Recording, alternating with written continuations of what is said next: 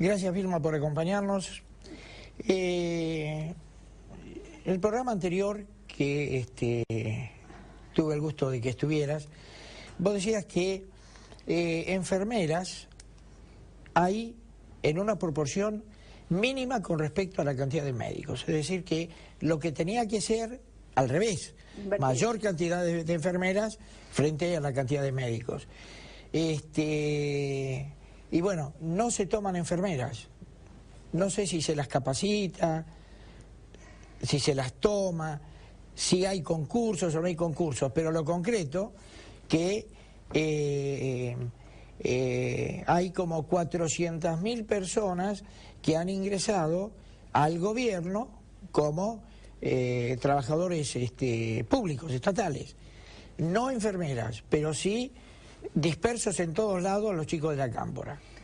Sí, yo creo que la cifra, como decían, que aparece en estos días es que el gobierno de conjunto ingresó 400.000 personas al Estado. Ahora, no con un criterio de cuáles son las necesidades, porque si no, no solo serían enfermeras, sería también auxiliares de la educación, docentes. Sí, yo puse como un ejemplo... Claro, es decir, con un criterio se ingresaron, no está mal que den trabajo, pero la verdad que ya que van a hacerlo, van a hacer ingresar a la gente, seguramente amiga del gobierno, a distintas tareas en el Estado, se pudiera seleccionar las necesidades que realmente tiene el Estado para resolver los problemas cotidianos de la gente, que son muchos y que son, digamos, y que se agudizan, porque cada vez más la gente requiere del hospital público, cada vez más de la educación pública,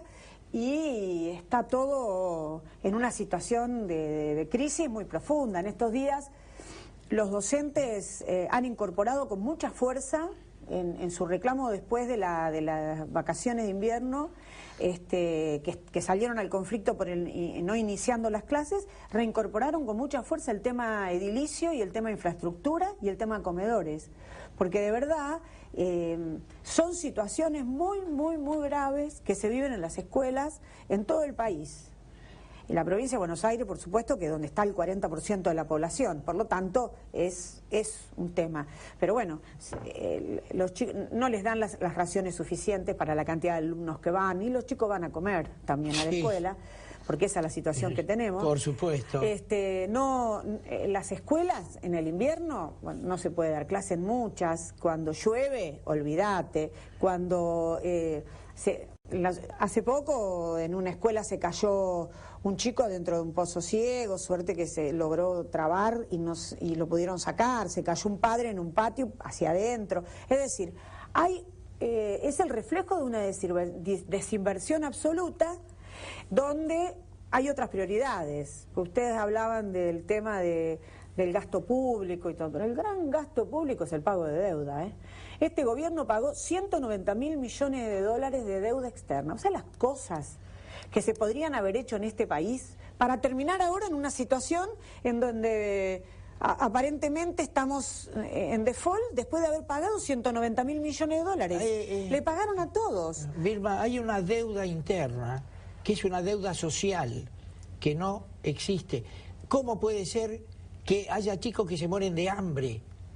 Por eso, en el país, donde se produce centralmente alimentos, porque somos un país productor de alimentos que encima no desarrollan con valor agregado, sino que hacemos eso, por eso es tan criminal lo que hacen con toda la flota mercante, con no hacer barcos propios, con no tener no solo trabajo en los astilleros, sino también dejar de pagar fletes millonarios todos los años para transportar cereales para un país que es agroganadero y que no tienen nadie de los sectores políticos que gobiernan la idea de desarrollarlo industrialmente.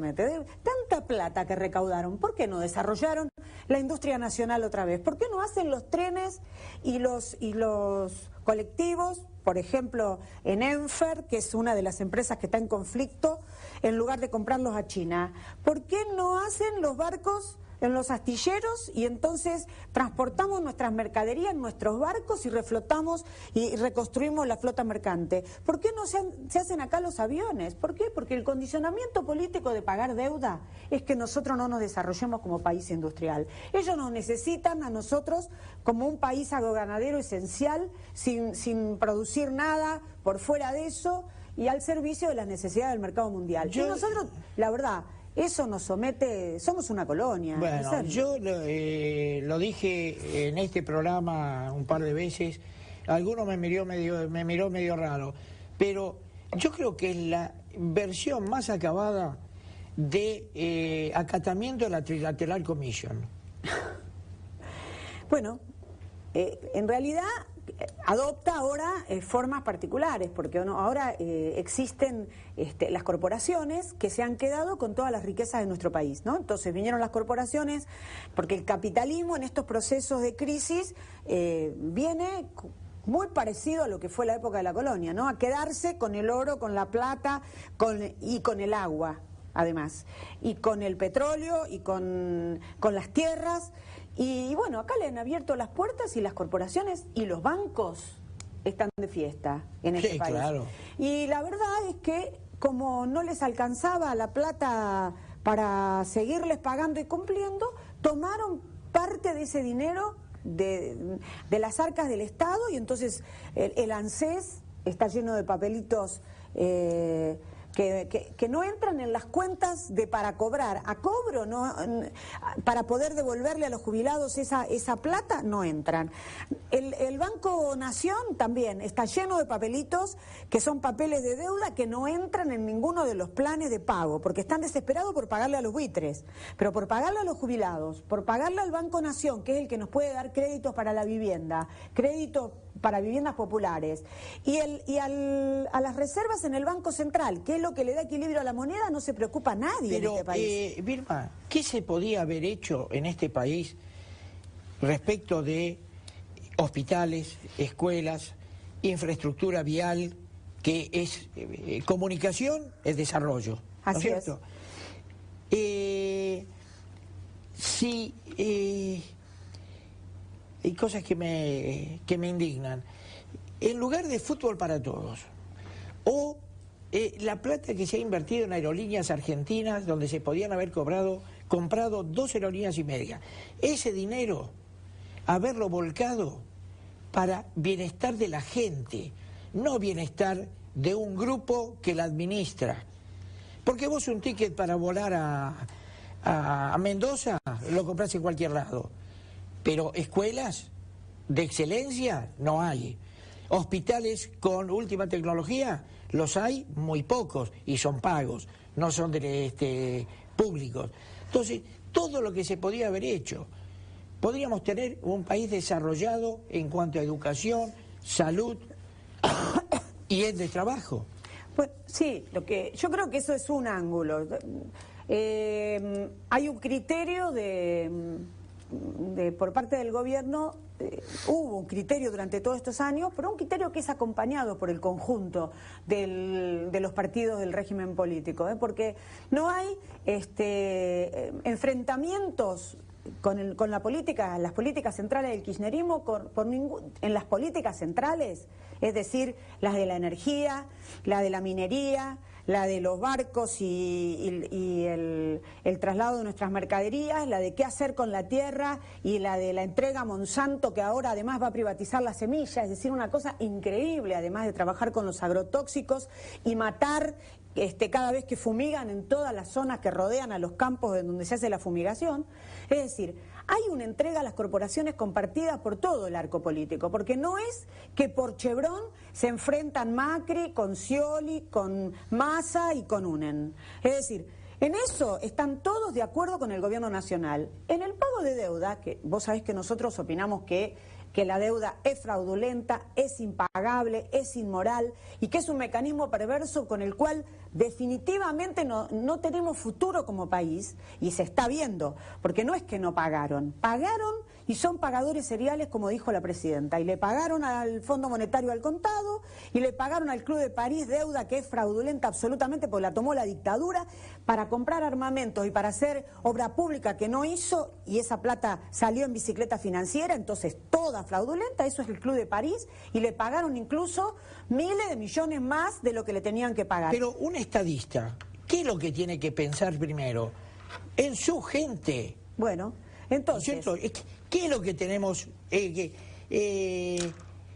¿Cuál es la responsabilidad de un gobernante que sea estadista? El elevar el estado de su condición de vida de la gente que vive en el país. Por eso, en lugar de desarrollar el transporte público como una herramienta, como un bien social, como un derecho humano básico, al servicio de la necesidad de la gente, porque vos antes decías que ahora se vienen probablemente aumentos del subte, otro aumento del subte. Sí, otro. Y que tendría que valer 10 pesos. Es decir, está todo concebido para que lo que tiene que ser un servicio público de ganancia no es así, y no es así ni siquiera en Europa, donde son estatales y donde lo que vale es la calidad del servicio y que le sirva a la gente para poder ir a trabajar, porque en un país donde la gente no puede utilizar el transporte para ir a trabajar, el país no lo podés poner a funcionar, porque por eso es una necesidad básica. Entonces, en realidad lo que quiere hacer Macri con el subte es un servicio elitista, un servicio para sectores que lo puedan pagar y no para el grueso de la gente que viene a trabajar desde la provincia y que necesita combinar los trenes con el subte para poder llegar a trabajar en tiempo y forma. No, por eso es todo un desastre lo que hacen, pero en eso todos se asocian. Y de verdad, a nosotros nos parece que por este camino no tenemos salida, no tenemos futuro como país. Entonces se dan la irracionalidad de que el país que tiene alimentos para 300 millones y que dicen que ahora van a desarrollar nuevas tecnologías para hacer para 400 millones, tiene 30 que no comen. ¿Cómo es? Entonces, esa es la reacción, que para nosotros esa es la irracionalidad del sistema capitalista, y los políticos de nuestro país, de todos los sectores, por supuesto el gobierno kirchnerista a la cabeza, porque son los que dirigen la política, tienen mayoría en las cámaras y podrían realizar los cambios, porque además son los que recaudaron como nunca en este país plata por los precios internacionales de los cereales. Sin embargo, esa plata fue a parar a otro lado, siguen subsidiando a las empresas, a todas las empresas, subsidian a las empresas del transporte, subsidian a las mineras, subsidian a las petroleras, y ellos actúan saqueando sin control del Estado todo lo que extraen y lo llevan y lo exportan sin control del Estado. Entonces, bueno, todo eso nos deja sin recursos y tiene poca diferencia con lo que hizo el menemismo, pocas. Vilma,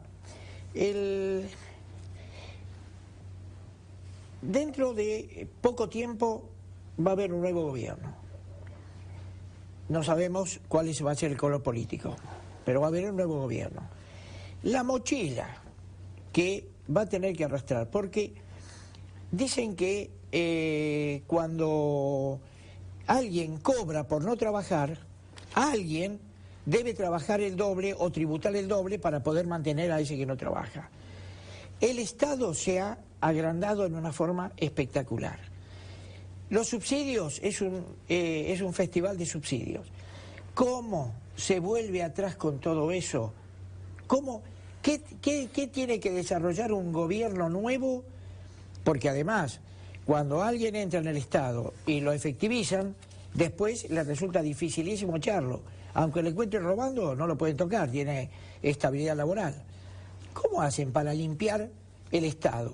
¿Cuántos son los que trabajan realmente? ¿Cuántos son los empleados del Estado? ¿Y cuántos son los que viven de jubilados y demás? No, yo creo que los que son socios de las grandes empresas, que en realidad, es decir, no está, los trabajadores que cotidianamente llevan adelante el país, esos que trabajan para el Estado, y cuando uno dice los que trabajan para el Estado son los docentes, son los trabajadores de la salud, son los trabajadores que hacen en magia en las oficinas para poder trabajar sin papel, sin computadora, atendiendo. Es decir, el grueso del problema, más que tener que ver con los trabajadores, tiene que ver con los funcionarios. Acá el problema central es que los funcionarios son los que son corruptos, los que hacen que el lugar donde les toca desarrollar su tarea no sea concebido como un servicio público. Es decir, ¿quién les pidió que fueran funcionarios? Lo utilizan para el enriquecimiento personal con todos los recursos públicos. Yo lo que quiero dejar aclarado que el empleado público cumple una función, pero hay empleados públicos que son artificiales, que son ñoquis. Sí, bueno, pero eso tiene que ver con las complicidades de los funcionarios. Por supuesto. Entonces lo que se necesita es que esos funcionarios tengan medidas que hagan que haya control social sobre las actividades de cada uno de esos funcionarios. Entonces, como dicen los padres de ONCE, imprescriptibilidad de los delitos de los funcionarios públicos y que paguen con sus bienes, como es para los genocidas. Es decir, vos los encontrás dentro de 3 años y se descubre cómo robó, qué hizo, cuál fue el circuito, todo, y ahí mismo paga con sus bienes y además paga penalmente. Un anticuerpo respecto de eso, ¿no? Bueno, es decir, sí, el gobierno saca una ley para quedar fuera de toda responsabilidad. Claro, esa ley de responsabilidad civil del Estado.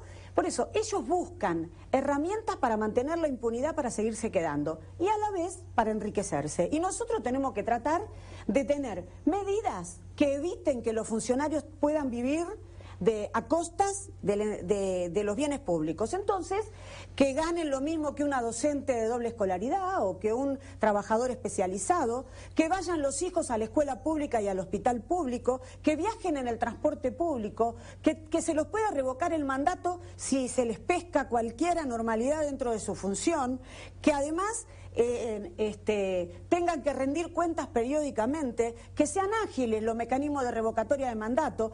Todas esas medidas pueden hacer que tengan otra concepción y otra mentalidad porque van a estar cerca de las necesidades económicas de la gente. Ellos, como se enriquecen en la función pública, despegan de la gente y quedan como en una burbuja y entonces, bueno, después se asocian para robar y siguen estando con total impunidad asociados. Entonces, bueno, es eso lo que hay que terminar, pero por eso tenemos que exigir todo tipo de medidas que pongan control social sobre la gestión. Vilma, funcionarios públicos, ministros, secretarios de Estado, que tienen un sueldo conocido, ¿no es cierto?, que llevan un determinado nivel de vida donde se supone que no les sobra una moneda.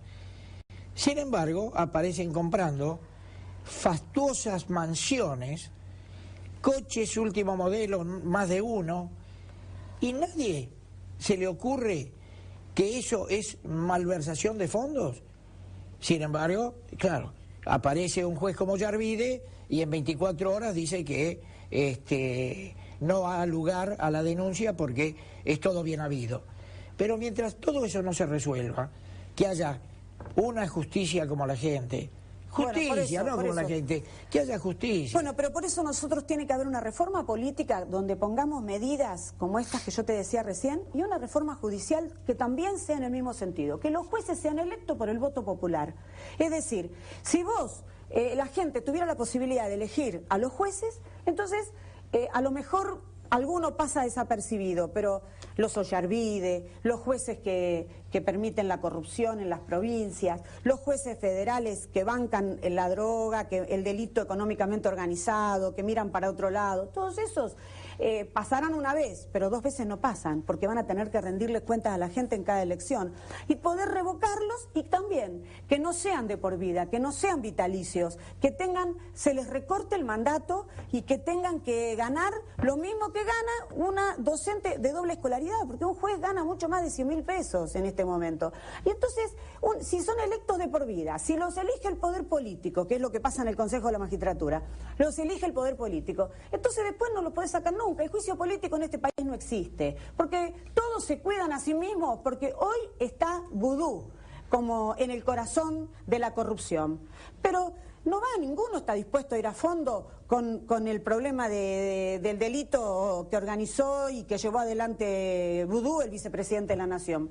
¿Por qué? Porque Macri acá en la ciudad de Buenos Aires le pescaron que fue una comisión investigadora de la legislatura, dijo que había sido culpable del espionaje y de todos los mecanismos perversos que que pusieron a funcionar para espiar a la gente.